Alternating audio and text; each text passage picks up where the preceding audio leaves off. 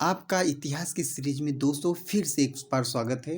हम लोग कल क्वेश्चन आंसर कर रहे थे जिसमें कि 36 क्वेश्चन तक का किए थे इसके पहले वाले वीडियो में। और अब हम इसके आगे के सीरीज को चलाएंगे और लगभग 250 तक क्वेश्चन को हम लोग कवर करेंगे, लेकिन एक ही वीडियो में नहीं करेंगे, अलग अलग वीडियो पार्ट आएंगे। जैसे कि आज के वीडियो में 100 से ज़्यादा पार्ट को करेंगे, उससे बाद वाले को में भी 100 से ज़्यादा को कवर करेंगे। ठीक है दोस्तों, तो आप अगर नए हो तो नए चैनल पे सब्सक्राइब कर लीजिए और अच्छा लगे तो अपने दोस्तों को भी शेयर कर दीजिए। ठीक है, तो चलिए वक्त न गंवाते हुए फिर प्रारंभ करते हैं 37 नंबर से। जैसे कि कहा जाता है, सिद्धार्थ का शैशवावस्था में पालन पोषण उसकी मौसी एवं विमाता किया था, जिसका नाम था गौतमी, प्रजापति गौतमी। ठीक है दोस्तों, तो यहाँ तक हो चुका था। तो अब हम लोग यहाँ से आ जाते हैं। ठीक है,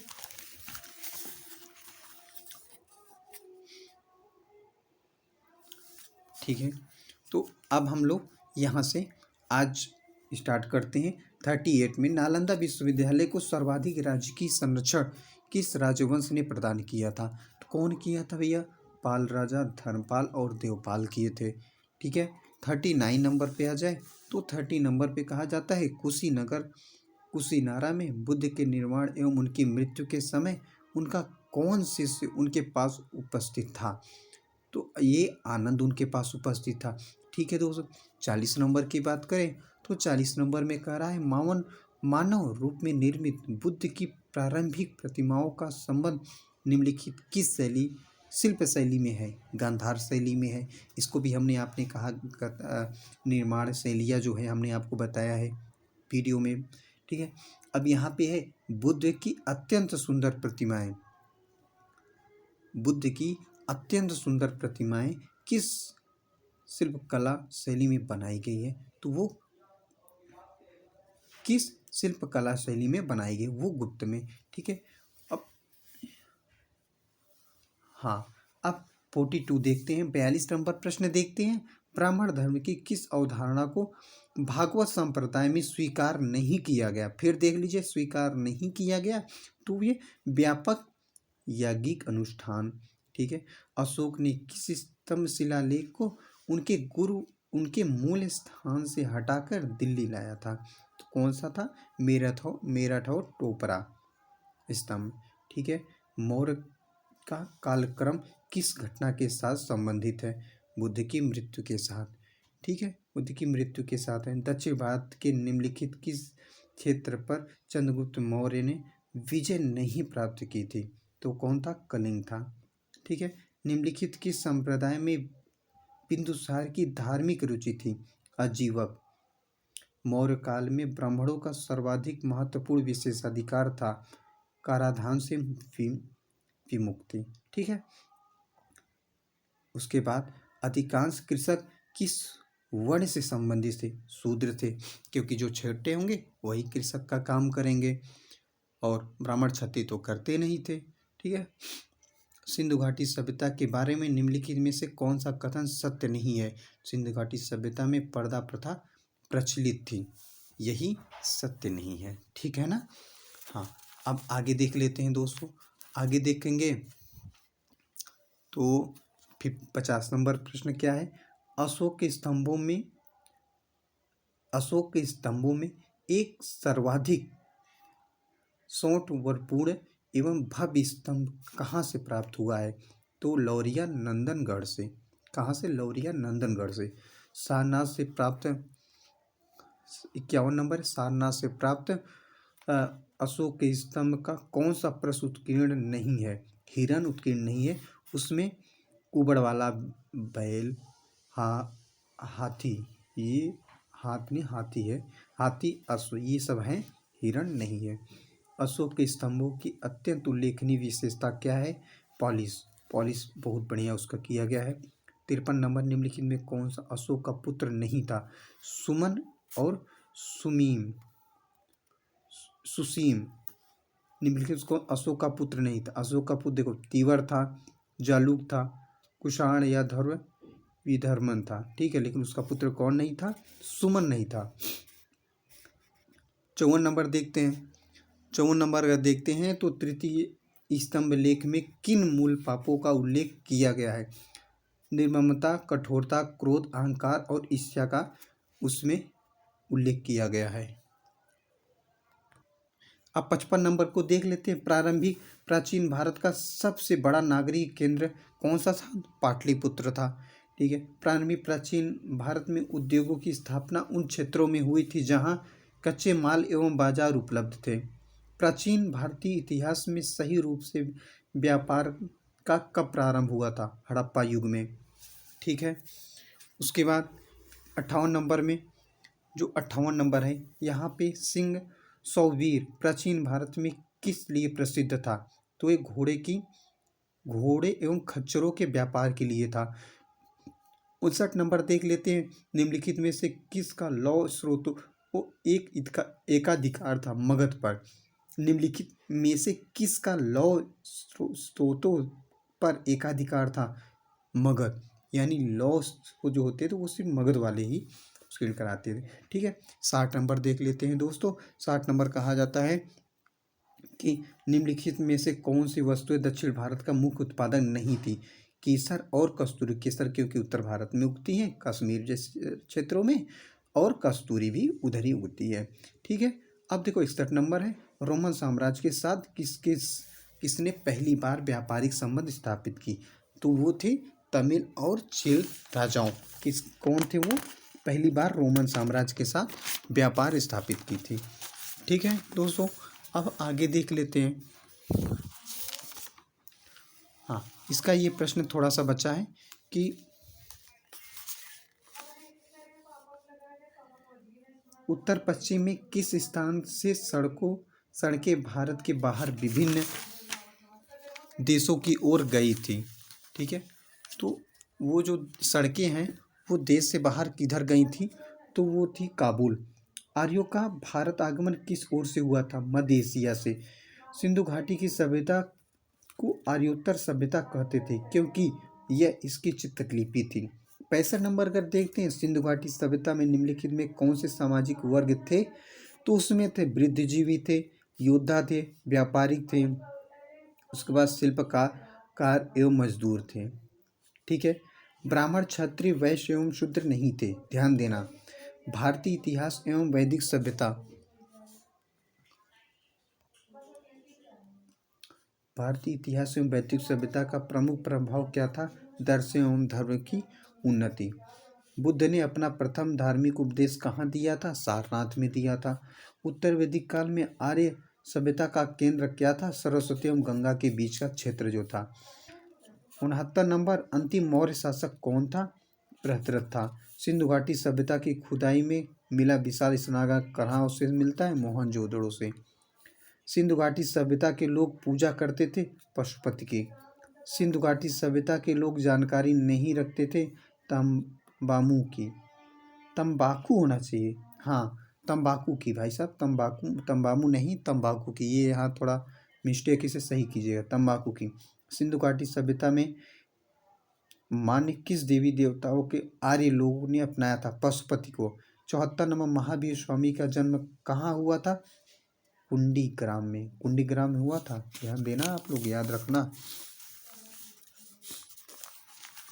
हाँ, अब आगे देखते हैं। ये 75 नंबर में, हड़प्पा कहाँ स्थित है?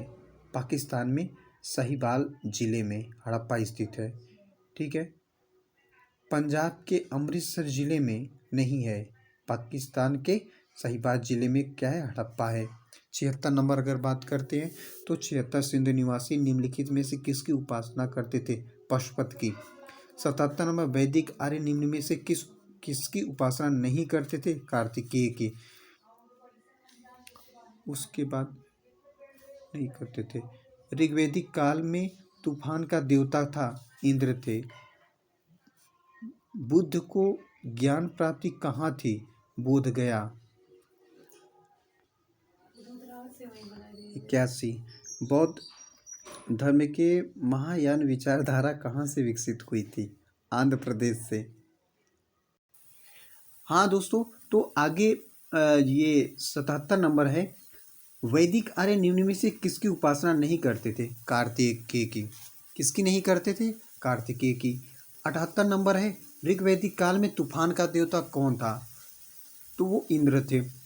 बुद्ध को ज्ञान प्राप्ति कहाँ हुई थी? बोध गया में, सभी जानते हैं। बुद्ध के अनुसार क्या शाश्वत सत्य है? विश्व एक सार्वभौमिक आत्मा का मेल है। बौद्ध धर्म का महायान विज्ञान धारा कहाँ से विकसित हुई थी? वो आंध्र प्रदेश से विकसित हुई थी। ठीक है। उसके बाद आता है बुद्ध चरित का रचयिता कौन है? धर्मकीर्ति थे। 73 में है धम्मपद क्या है? धम्मपद बौद्ध धर्म का एक परिष्कृत रूप है। भागवत विचारधारा के संपादक कौन थे? वासुदेव कृष्ण थे। वासुदेव समझ लेना, भगवान वाले, भागवत विचारधारा के। ठीक है। सिक्कों को प्रचलन में किया गया। सिक्कों को प्रचलन में किया गया।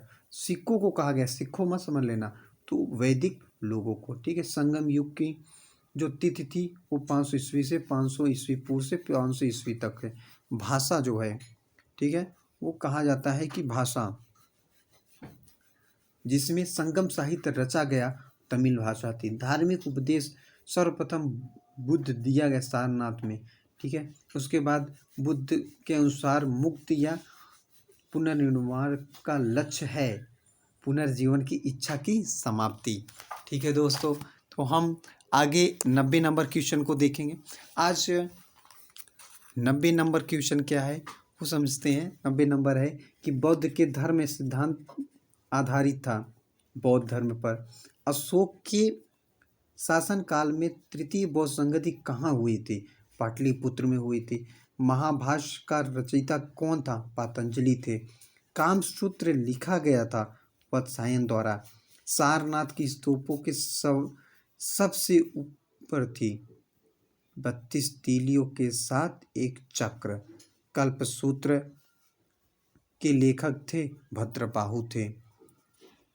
बौद्ध की प्रतिमा सर्वप्रथम बनाई गई थी कला की गंधार शैली में बनाई गई थी। अजंता की गुफाओं का चित्रण किया गया था।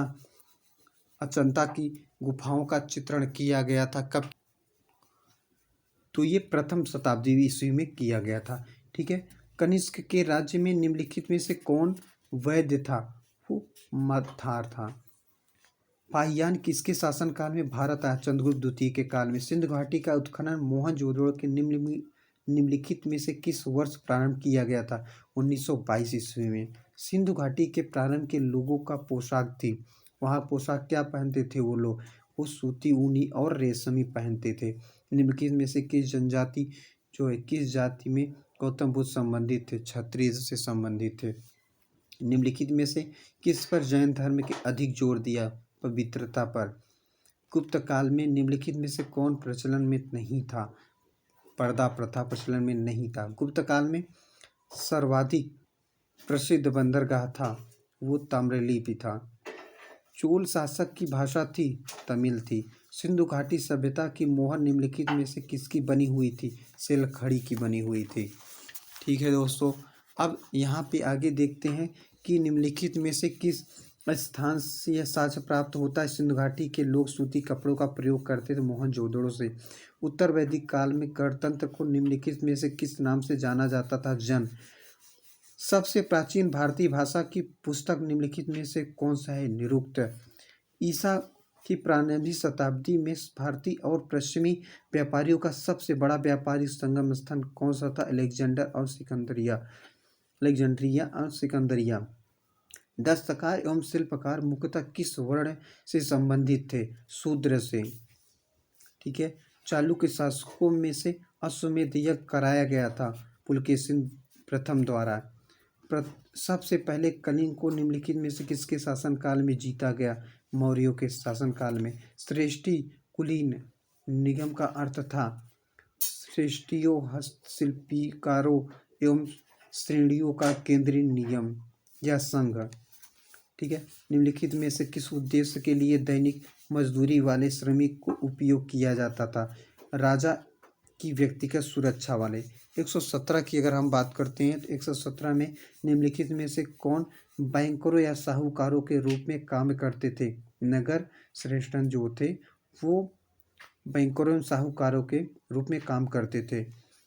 दुकुल नाम से प्रसिद्ध उत्तर कोटि के वस्त्र किसने बनाए जाते थे? तो किसी पौधे के रेशों से बनाए जाते थे।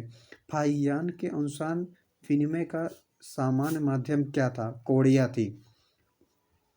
उसके बाद विदेशों में बौद्ध धर्म के प्रचार के लिए अशोक ने निम्नलिखित में किसको भेजा? उसमें संघमित्रा को भेजा। गुप्त युग में सबसे प्रसिद्ध देवता विष्णु थे। सारनाथ स्तंभ में चक्र इंगित करता है प्रगति को।